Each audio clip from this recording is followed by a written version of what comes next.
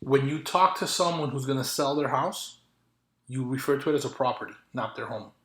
Okay. Le quita el emotion. When you talk to someone about buying something, you refer to it as a home. That's cool. Because they want to connect with it emotionally.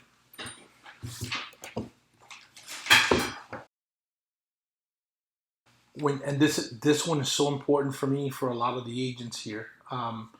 When you're doing a presentation, you don't want to be too business and you don't want to be too amiable.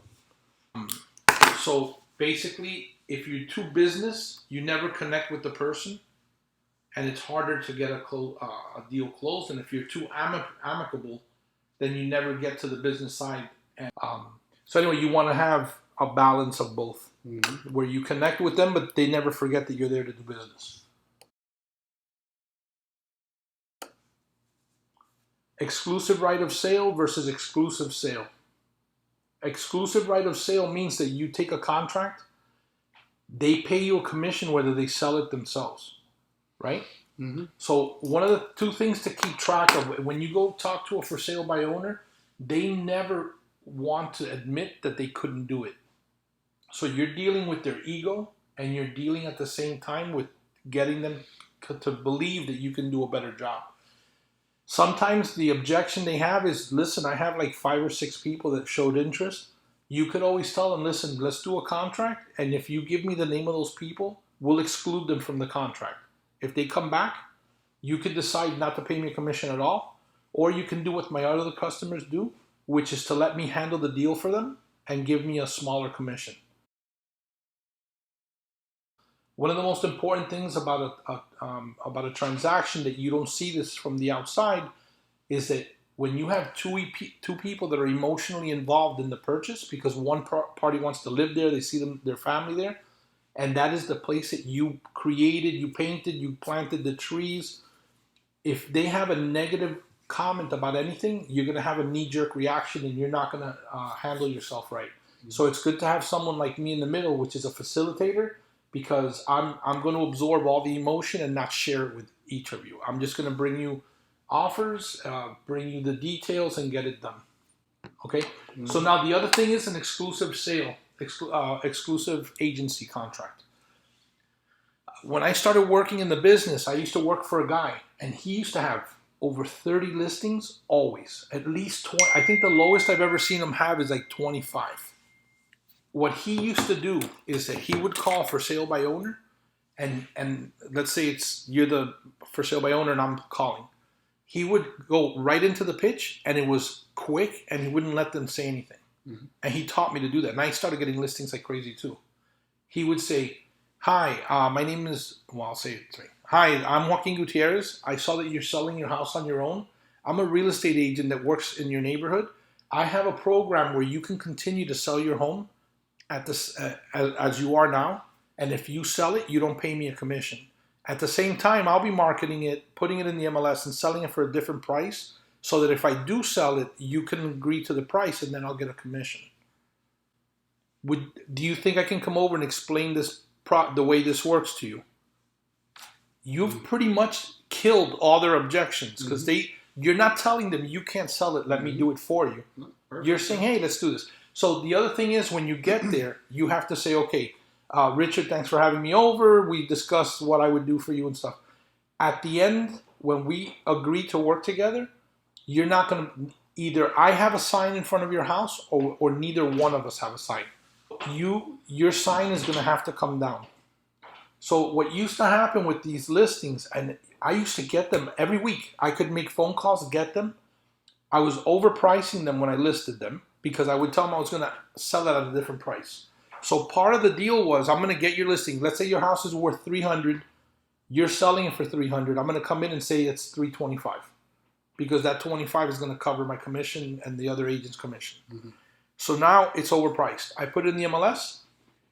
The good thing is that the owner of the house now backed off. He's not going to do anything anymore. For the most part, they won because they didn't quit. They could still sell it, but now you took over. But then they start, you told me you could sell it for $3.25. Well, no, I told you I was going to list it for $3.25, but we haven't gotten any appointments. So now you have to start fighting with your customer to get the price down. I don't like fighting with my customers. I'd rather come in and get the right price from the beginning, explain why it's better that way, and I'm going to do that later. But with that being said, what used to happen to me is that I would take a listing and I'd come, and the sign that they had in front of their house was now on the corner with an arrow on it. For sale by owner, the address, and an arrow, and their phone number. And I would get there and say, you can't do that. Well, you said not to put it in front of my house, but I need to advertise my property. And I would say, listen, I'm getting realtors to come show your property. When they're driving here, they're seeing that sign, and they're not going to come in. They're going to feel like I'm setting them up. Got to clarify that. That was number one. I showed a property like 8 months ago in Lejeune and 8th Street or something like that, where I walked in and the guy had the for sale sign, the company. And when I looked up on the second floor window, there was a for sale by owner sign stuck in the glass. Mm-hmm. That kills you, because your customer you just met at the property for the first time is going to call the guy. He doesn't know who you are. The guy told me he was asking $159 for his house. And I said, so how did you get to this price? And he goes, well, it's got a barrel tile roof. And I said, every house in the neighborhood has that. And he kept on, and this has this yard. So does everybody else. And so does everybody else, and so does everybody else. And I finally said, look, I live in your neighborhood, and I bought around the same time that you did. It was a brand new home for $90,000. That was a long time ago. Mm-hmm. And he goes, yeah, well, the house that I want, I need $50,000 to put down. So I added $50,000 to the price of what I owe, plus the commission and closing costs. And I said, you know that they can just drive into the office and buy one. Now they're like 110, maybe 100. Yeah. Okay. Well, I'm not going to list that property. You know, some people would, by the way, because they want to sign up so that they can show they have a listing and they get buyer calls. Mm-hmm. I would not take a listing that's almost twice the price.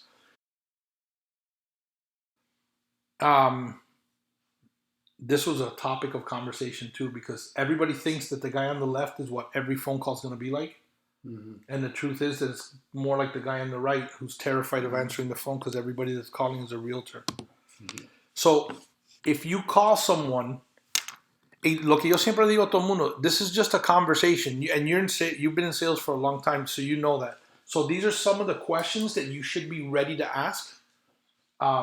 And I don't know if I ever told you a story that I had a friend, and whenever he called a girl on the phone, he would put a pad next to him with questions. So the conversation, if he started seeing that it was going to die, he would have something to ask, so he would remember. Same thing. I always keep a list like this on the back of my journal, because I always keep a journal like the one that you have. Mm-hmm. On the back of your journal, the last page, I would write this down. And when you're going to call someone, I would go through them. So have you ever sold a home before? That's a great question to ask a for sale by owner. Mm-hmm. If he's never sold a home before, he really doesn't know what he's doing. And even if he has, if he tells you that he has, then you want to ask him, did you do it yourself? So how did it go? It went well, it went bad. I had a realtor and he was terrible. Why did you choose not to use a realtor? Believe it or not, that's a great question to ask. Mm-hmm. Because sometimes it's not that they don't want to pay a commission. They might think they don't have enough. Like let's say it's a short sale. Mm-hmm. They might not know that the bank's going to allow for a commission, even though that they're upside down. Have you ever used a real estate agent before? How did that go? When you sell your house, where are you going to move to? That's one of the things that I tell the lo que son más menos agresivos, the more timid agents. When you call, if you say, yeah, hi, I'm a real estate agent. Hi, my name's Richard. I'm a real estate agent. I saw that you're selling your home. And they go, no, I'm not listing my home. And you go, no, I don't mean for you to misunderstand me. I know you're going to sell your home. Where is it that you're going to move to? I'd like to help you with your purchase. And maybe I could find out what you're looking for so I could start keeping my eye out for it. Did you use a realtor when you bought your home? How was that experience? How much of a deposit will you be holding if you sell? And who will be holding the deposit? This is a question that, because most people think of the sale, I'm going to do this sale, but they haven't thought out the little details. So if somebody walks up to you and says, okay, I want to buy your house, who's going to write the contract? Mm-hmm. Are you going to count on him to leave and come back? buyer's remorse could kill your deal. That's why it's good to have a pro working for you, because they can finish closing that deal. But if they do come back with an offer, are you going to offer to hold escrow? Is he going to let someone else hold escrow, like his attorney? If so, are you going to verify that? When you start asking them those questions, they might not have thought about all those things. How will you verify that the buyer can buy? So are you going to ask them for an approval, a pre-qualification letter? Are you going to ask them for a DU? You know the differences, right? Mm-hmm. I do. Right. No, I'm asking just in case.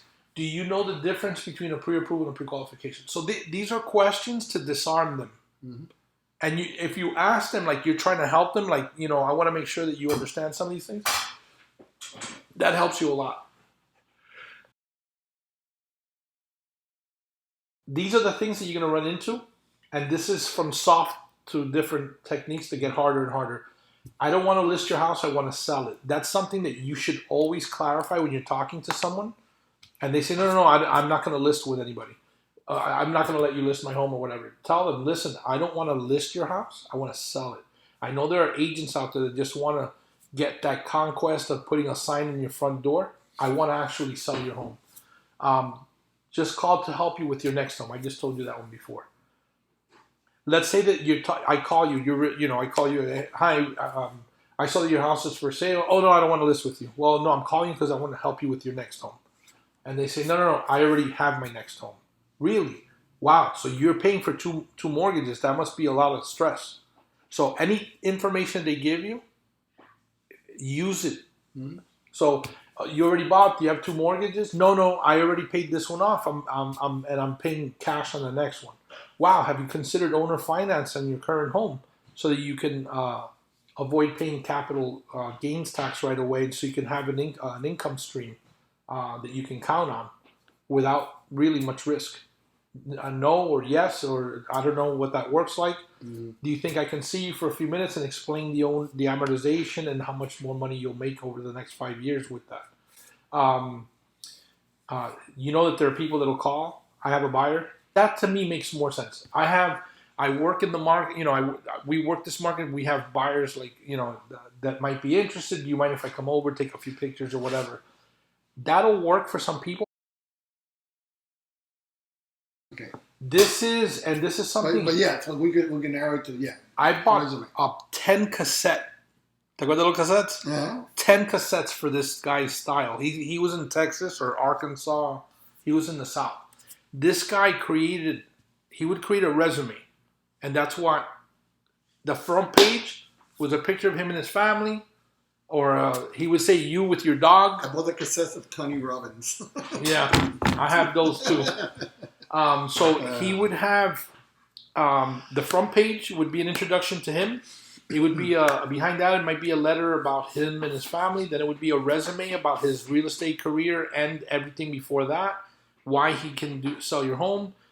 Why it's easier to sell with a realtor than for sale by owner. Maybe a market analysis, stuff like that. But he would forget the market analysis part. He would keep these in his car, like 4 or 5 of them. And if he saw for sale by owner, and I only used it when they wouldn't answer the phone. Mm-hmm. If I drove by a for sale by owner and I called them and they wouldn't answer, and they never returned my calls, I would go and leave one on the front door. And at the end, in the front, it was an introduction letter, and it would say, here's my resume. I think I could help you with the sale of your home. Please call me when you're done looking at it so I can pick it up. Mm-hmm. That's the soft, le tengo miedo al teléfono way. If you're afraid to make phone calls, you're afraid to knock on doors, that's the way to go. So it's also an extra thing you can do when you can't get through our way.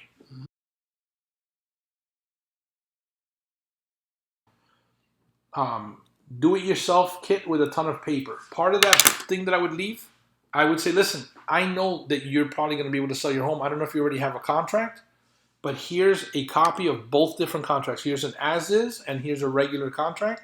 Here are all the addendums for the regular contract. Here are the addendums for the as-is contract. Here's the seller's disclosure you should be filling out. Here, everything. Mm-hmm. You want them to look at that and go, "Wow, I don't want to fill this out by myself." And that's what I want.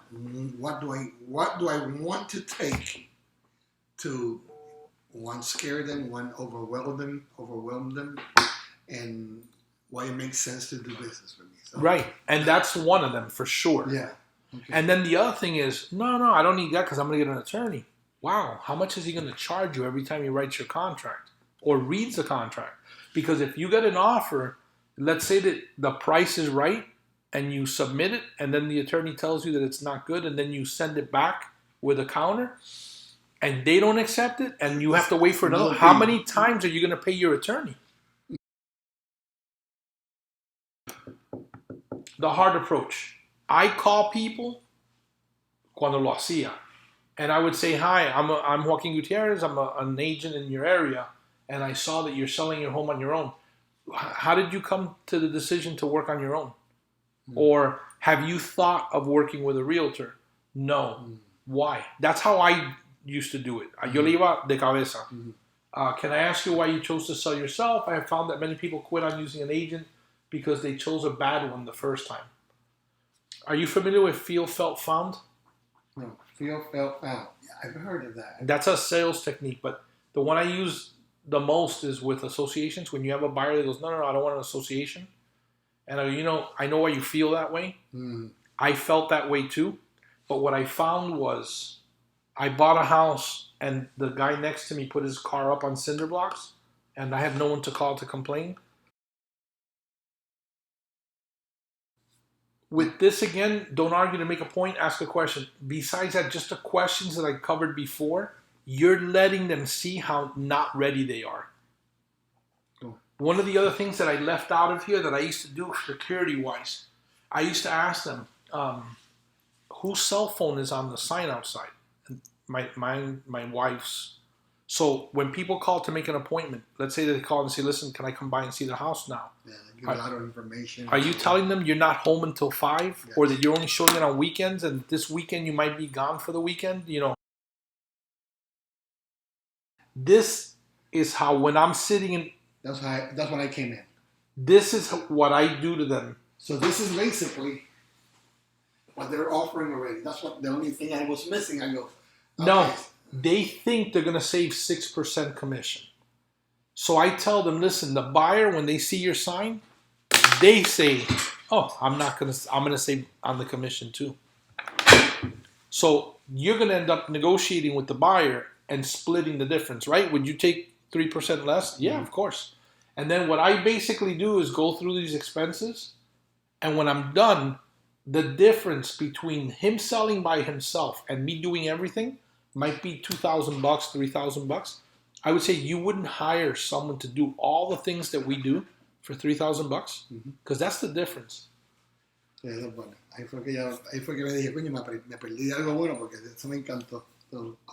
Yo le iba de cabeza, but nice. You know? Yeah. The IMAP thing is very easy to do. I know that you're not a techie. No, but I've been playing around with IMAP and so show me. For example, on a pitfall separating your emotion from the negotiation work, it's better to have a facilitator instead of selling yourself, showing the house, and knowing your prospect, of course. Knee-jerk reaction to low offers. I don't know if, because the low offer is always going to happen. So how you respond to it could kill your deal. Can you offer me that? But that guy might have been the one who was going to pay full price. The other thing that I say there, I've gone to show homes, and when we walk in, the seller will go, here, let me show you the house.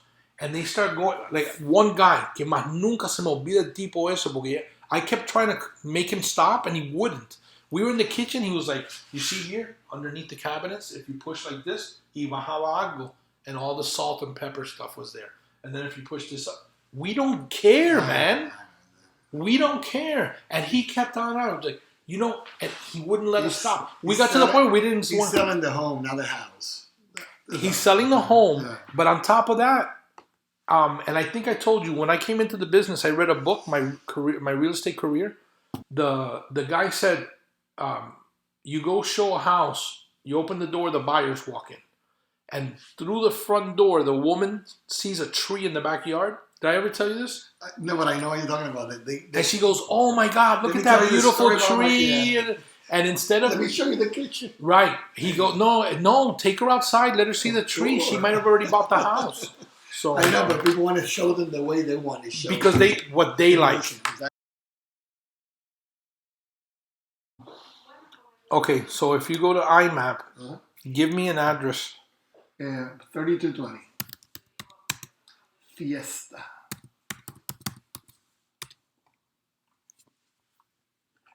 Okay, so we're here, and this is you hit comparables. Right now, oh, there it goes. Okay, so if I look here, you see the ones that have a realtor logo, the ones that sold in the MLS. The ones that have a realtor logo or the ones that sold in the MLS. Okay. Yeah, that's fine. And then what I'm going to do is the ones with the realtor logo, los voy a quitar. And you take them out by just clicking on that check. Yeah. Okay. So if I look at those two, you see the average square foot sale, Mm-hmm. and the ratio is 0.743. There might be something really wrong there. I'm not sure. Yeah, this is it right here. Yeah, there's a mistake with that, with the MVR there. But anyway. Bueno, porque hay muchas casas que they get redone completely. Yeah. Las tumban y hacen otras y who knows what's So notice this. If you want, write it down. It's 250, bouncing 256 and 0.75. ¿Te acuerdas? 256 and 7.5. 0.75. Now I'm going to do the opposite. I'm going to take these two off and click back on the ones with the real estate logo. These mean that they were sold through real estate. Now look at the numbers. So it's 2 versus 293 and 1.6. 1.6? No, 1.06.